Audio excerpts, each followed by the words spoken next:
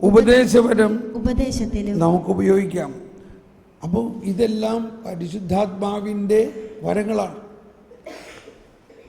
അപ്പോൾ ഇങ്ങനെ നമ്മളിലുള്ള വരദാനങ്ങൾ കുറിച്ച് നമ്മൾ പഠിക്കുമ്പോൾ നമ്മൾക്കുണ്ടാകേണ്ട ചില ജനറലായിട്ടുള്ള കാര്യങ്ങൾ നമ്മൾ പറഞ്ഞു കഴിഞ്ഞു ഇല്ലേ? അതിൽ ഒരുക്കമായിട്ട് ചെയ്യേണ്ട വിശുദ്ധീകരണവും, എന്നാൽ അതോടൊപ്പം കൊരിന്ത്യക്കാർക്ക് എഴുതിയ ലേഖനത്തിൽ 12-ാം അധ്യായത്തിലും 13-14 അധ്യായങ്ങളിലെല്ലാം വരദാനങ്ങളെക്കുറിച്ച് തന്നെയാണ് പറഞ്ഞിരിക്കുന്നത്. 12-ാം അധ്യായത്തിലും 14-ാം അധ്യായത്തിലും വരദാനങ്ങളെക്കുറിച്ചാണ് പറഞ്ഞിരിക്കുന്നത്. എന്നാൽ 13-ാം അധ്യായത്തിലോ? 13-ാം അധ്യായം സ്നേഹത്തെക്കുറിച്ചാണ്. അപ്പോൾ ഇതിനെ പലരും പറയുന്നത് സാൻഡ്വിച്ച് ചാപ്റ്റേഴ്സ് എന്നാണ്. സാൻഡ്വിച്ച് എന്ന് പറഞ്ഞാൽ എങ്ങനെയാ? 2 കഷ്ണം ബ്രെഡും അതിൻ്റെ നടുക്ക് ജാമും ബട്ടറും അല്ലെങ്കിൽ മർമലാഡും ജാം, ഇതാണ് സാൻഡ്വിച്ച്.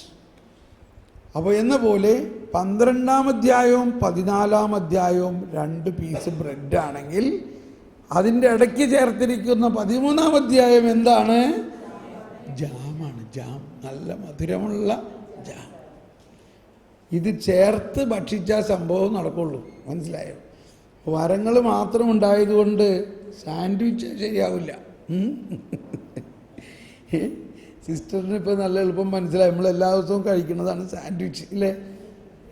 പക്ഷെ അതിന് ഇങ്ങനൊരു അർത്ഥം. ഇനി സാൻഡ്വിച്ച് കഴിക്കുമോ? മനസ്സിലായിക്കോ?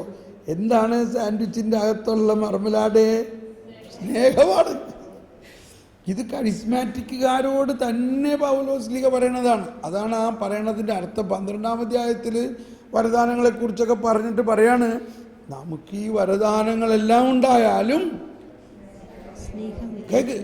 മാലാഖമാരുടെ ഭാഷയിൽ, ഇപ്പം നമ്മളൊക്കെ ഭയങ്കര ഭാഷാവരമുള്ളവരാണല്ലോ, അതാണ് ഞങ്ങളൊക്കെ വലിയ ഭാഷാവരമുള്ളവരാണ് എന്ന് പറഞ്ഞാൽ മാലാഖമാരുടെ ഭാഷയിലാണ് ഞങ്ങളിപ്പോൾ സംസാരിക്കണം. പക്ഷേ സ്നേഹമില്ലെങ്കിൽ ഈ മാലാഖമാരുടെ ഭാഷ എന്തായിട്ട് തോന്നും? മുഴങ്ങുന്ന ചേങ്ങലയോ ചിലമ്പുന്ന കൈത്താളമോ ആയിട്ടേ തോന്നുള്ളൂ. എന്തോ ഒരു വലിയ രഹസ്യമാണ് ആത്മാവ് കാണിച്ചേക്കുന്നത്. അതാണ് നമ്മൾ ഒരുപാട് ഭാഷാവരവും ഭയങ്കര ഓർഗനെല്ലാം വെച്ചുകൊണ്ട് പെട്ടിയും മൈക്കുമൊക്കെ വെച്ച് ഭയങ്കര മുഴക്കത്തിൽ സ്തുതിപ്പൊക്കെ ഉണ്ടായതുകൊണ്ട് എന്തില്ലെങ്കിൽ കാര്യമില്ല, സ്നേഹമില്ലെങ്കിൽ. ഇതാണ് പോപ്പ് പറയണത്. പോപ്പ് എന്ത് പറഞ്ഞു? പോപ്പ് പറഞ്ഞു, ഫ്രാൻസിസ് അസീസി ഇങ്ങനെ പറഞ്ഞു, സുവിശേഷം പ്രഘോഷിക്കുക, അത്യാവശ്യമെങ്കിൽ വാക്കുകൾ ഉപയോഗിക്കുക. അപ്പം അതെന്താ അതിൻ്റെ അർത്ഥം? സ്നേഹം. ഈ സുവിശേഷത്തിൽ അടങ്ങിയിരിക്കുന്ന കരുണ നമ്മുടെ ഉള്ളിൽ ഉണ്ടാകണം. ആ കരുണയും സ്നേഹവും ഈ സുവിശേഷത്തിൻ്റെ വരദാനങ്ങളുടെ വലിയ രഹസ്യമാണ്. അപ്പോൾ അതുകൊണ്ടാണ് പൗലോസ്ലീഹ പറയുന്നത്, നിങ്ങൾക്ക് സ്നേഹമില്ലെങ്കിൽ, അച്ചോ ഒരു മിനിറ്റ് ഇതൊന്ന് അവസാനിപ്പിച്ചിട്ട് തുടങ്ങാം നമുക്ക് കുർബാന. അപ്പോൾ ഈ സ്നേഹമില്ലെങ്കിൽ ഈ വരദാനങ്ങളുടെ പ്രവർത്തനത്തിന് വലിയ കാര്യമൊന്നും ഉണ്ടാവില്ല. ചിലപ്പോൾ വരദാനങ്ങൾ പ്രവർത്തിച്ചേക്കും, പക്ഷെ അതിൻ്റെ എൻഡ് റിസൾട്ട്, അതിൻ്റെ അർത്ഥം, അതിൻ്റെ ആവശ്യം എന്താ? ആവശ്യം അവർക്ക് രോഗശാന്തി കൊടുക്കുക എന്നുള്ളതല്ല. യേശുക്രിസ്തു അവരിൽ അനുഭവമാകണം, സ്വർഗരാജ്യത്തിൻ്റെ അനുഭവം അവർക്കുണ്ടാകണം. ഞാനൊരിക്കലും ഒരു രോഗി മരിക്കാറായിട്ട് കിടക്കാണ്, എന്നെ ഒന്ന് അവരുടെ വീട്ടുകാർ പറഞ്ഞു, ബ്രദർ ഒന്ന് വന്ന് പ്രാർത്ഥിച്ചാന്നല്ല. അപ്പോൾ അവരെടുത്ത് ചെന്നപ്പോൾ അവർ പറയാണ്, ബ്രദർ എന്തിനാ എനിക്ക് വേണ്ടി പ്രാർത്ഥിക്കാൻ വന്ന്? ഞാൻ 2 ദിവസം കഴിഞ്ഞാൽ മരിക്കാൻ പോണ ആളാണ്. ഞാൻ പറഞ്ഞു, ഞാൻ വന്നത് നിങ്ങളെങ്ങനെയായാലും മരിക്കും എന്ന നാൾ, പക്ഷെ ഞാൻ വന്നത് ഈശോ പറഞ്ഞു ഞാൻ രോഗിയായതിപ്പോൾ നീ എന്നെ വന്ന് കണ്ടു. ഈശോ പറഞ്ഞു, ഞാൻ രോഗിയായിരുന്നപ്പോൾ നീ എന്നെ വന്ന് കണ്ടു എന്ന് പറഞ്ഞാൽ അതിൻ്റെ അർത്ഥം എന്താ? അതായത് സഹോദരി, നിങ്ങൾ ഇപ്പോൾ ഞാൻ കാണുന്നത് നിങ്ങൾ ഈശോ ആയിട്ടാണ്. ഈശോ പറഞ്ഞു, ഞാൻ രോഗിയായപ്പോൾ നിങ്ങൾ എന്നെ വന്ന് കണ്ടു, അതിനു വേണ്ടി വന്നതാണ്. ഞാൻ വന്നത് ഈശോനെ കാണാൻ വന്നതാണ്. ഇപ്പോൾ അങ്ങ് മരിക്കാറായിട്ടിരിക്കുന്നത് ശരിയാണ്, പക്ഷേ അങ്ങ് ഇപ്പോൾ ആരാണ്? ഈശോ. അതും പ്രത്യേകിച്ച് കുരിശിൽ കടന്ന് വേദനിക്കുന്ന ഈശോ. ഇവരുടെ ഇതങ്ങ് കേട്ടിട്ടുണ്ടല്ലോ, ഇവരുടെ കണ്ണുകൾ അങ്ങ് നിറഞ്ഞു, ഭയങ്കര ഒരു പ്രകാശം. ഇവർ പറയാണ്, എൻ്റെ ദൈവമേ, ഞാൻ എന്താ ഈ കേൾക്കണേ? അതാണോ ആ ഈശോ പറഞ്ഞതിൻ്റെ അർത്ഥം? അതാണ് എന്ന് പറഞ്ഞാൽ ഞാൻ മറ്റൊരു ഈശോ ആണെന്നോ? അത് തന്നെ, യാതൊരു സംശയമില്ല.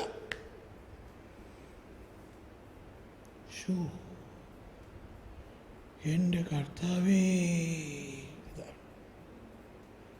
അപ്പം നമ്മളെ ദൈവരാജ്യത്തിൻ്റെ ആ സ്നേഹം, അതാണ് സാൻഡ്വിച്ച് ചാപ്റ്റർ എന്ന് പറയുന്നത്. 12-ാം അധ്യായം 14-ാം അധ്യായവും വരദാനങ്ങളെക്കുറിച്ചാണ്. എന്നിട്ട് 12-ാം അധ്യായം അവസാനിക്കുമ്പോൾ പറയുകയാണ്, നിങ്ങൾ ഉത്കൃഷ്ടമായ ദാനങ്ങൾക്ക് വേണ്ടി പ്രാർത്ഥിക്കുവിൻ, എന്നാൽ ഏറ്റവും വലുത് സ്നേഹമാണ്. എന്നിട്ട് 13-ാം അധ്യായത്തിൽ മുഴുവനും പറയുന്നത്, നിങ്ങൾക്ക് ഈ വരങ്ങളൊക്കെ ഉണ്ടായാലും സ്നേഹമില്ലെങ്കിൽ ഒരു പ്രയോജനമില്ല.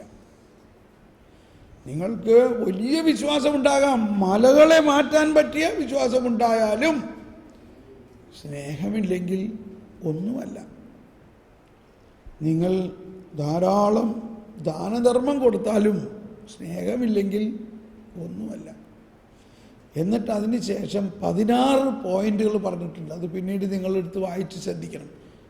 സ്നേഹം കോപിക്കുന്നില്ല, സ്നേഹം അസൂയപ്പെടുന്നില്ല, സ്നേഹം ഇങ്ങനെ ഓരോന്നും പറഞ്ഞിട്ട് അതിൻ്റെ അവസാനം പറയാണ്, സ്നേഹം എല്ലാം സഹിക്കുന്നു, സ്നേഹം എല്ലാം ക്ഷമിക്കുന്നു, സ്നേഹം എല്ലാം വിശ്വസിക്കുന്നു, സ്നേഹം എല്ലാത്തിനെയും അതിജീവിക്കുന്നു, സ്നേഹം ഒരിക്കലും അവസാനിക്കുന്നില്ല. പിന്നെ വീണ്ടും വരങ്ങളെക്കുറിച്ച് പറയാണ്, പ്രവചനങ്ങൾ കടന്നു പോകുന്നു. അപ്പോൾ ഒരാളെന്നോട് ചോദിക്കും, അപ്പോൾ ഈ പ്രവചനങ്ങൾ എറ്റേണൽ അല്ലേ? അന്ന് എനിക്ക് അതിൻ്റെ അർത്ഥം ശരിക്കും മനസ്സിലായില്ല. അവരോട് പറയാം, ഞാൻ പ്രവചനങ്ങൾ എറ്റേണലാണല്ലോ. പക്ഷേ പിന്നീട് പൗലോസ്ലീഹ പറയുന്നതിൻ്റെ അർത്ഥം എന്താണെന്ന് വെച്ച് കഴിഞ്ഞാൽ, പ്രവചനമനുസരിച്ചുള്ള കാര്യങ്ങളൊക്കെ നടക്കും, പക്ഷേ അതിനേക്കാൾ വലുതാണ് സ്നേഹം. സ്നേഹം എന്താണ്? എറ്റേണലാണ്. സ്നേഹം ഒരിക്കലും അവസാനിക്കുന്നില്ല. അപ്പോൾ ഈ വരങ്ങളെല്ലാം ഉപയോഗിക്കുന്നതിൻ്റെ ഉള്ളിൽ അടങ്ങിയിരിക്കുന്ന അന്തസത്ത, ഈ സ്നേഹത്തിൻ്റെ പ്രവാഹമായിരിക്കണം നമ്മൾ, ഈ സ്നേഹത്തിൻ്റെ ചാനലായിരിക്കണം നമ്മൾ. അപ്പോഴാണ് ഈ വരദാനങ്ങൾ കൂടുതൽ ശക്തമായി പ്രവർത്തിക്കുന്നത്. Praise the Lord.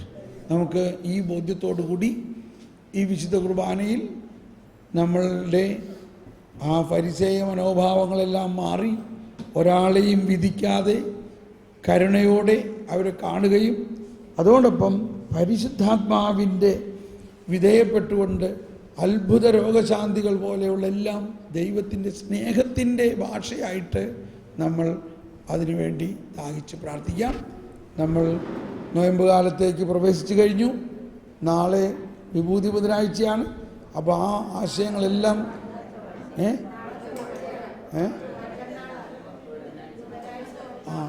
ഓക്കെ. അപ്പോൾ മറ്റന്നാൾ. Praise the Lord. നമുക്ക് എന്നും നോയമ്പ്